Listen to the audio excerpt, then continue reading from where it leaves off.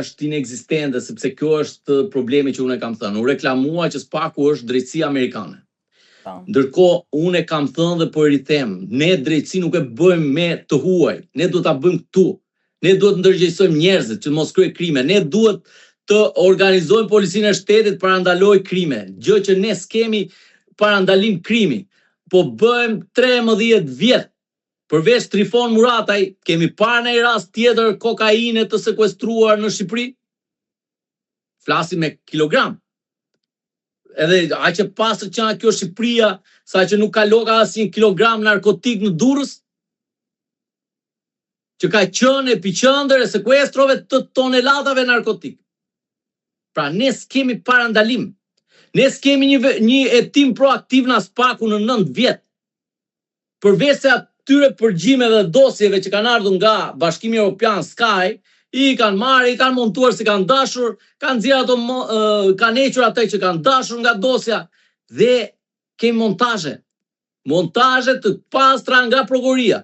Dhe ne të pretendojmë që të kryen veprime hetimore të tjera edhe të japim kaq publicitet sa e prokuroria, për mendimin tim është e pavlerë.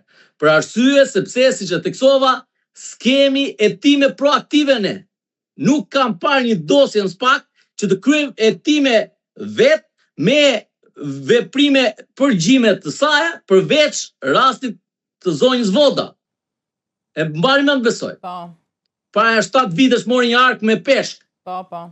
Ajo ishte hetimi proaktiv i prokurorisë posaçme. Dhe nuk e shoh që do eci me këtë çështje. Do regjistrohet procedim, do qëndrojë aty një kohë të gjatë, edhe më pas do pushohet si gjithë dosjet e tjera, si dosja Ols Ramës, dosja Xhibrakës. Ku vajti, u pezullua, u pa autor. Që autori ishte 2 metra e 10 centimetra.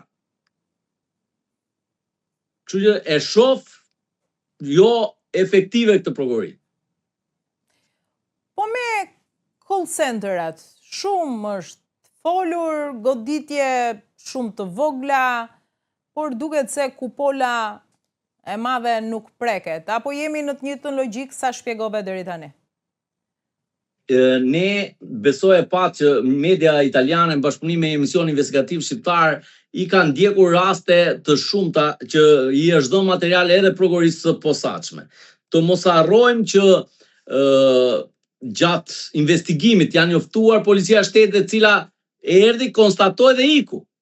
Pra nuk është se kishin marrë masa, unë e vlerësoj që call centerat është një lloj biznesi i cili ka të implikuar edhe policinë, e ka rekrutuar ky biznes policinë e shtetit se paguan.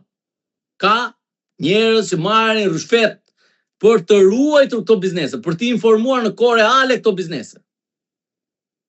SPAK-u po të doj e arrin, po siç e theksova nuk ka vullnet. Nuk ka vullnet për të çuar hetime më përpara.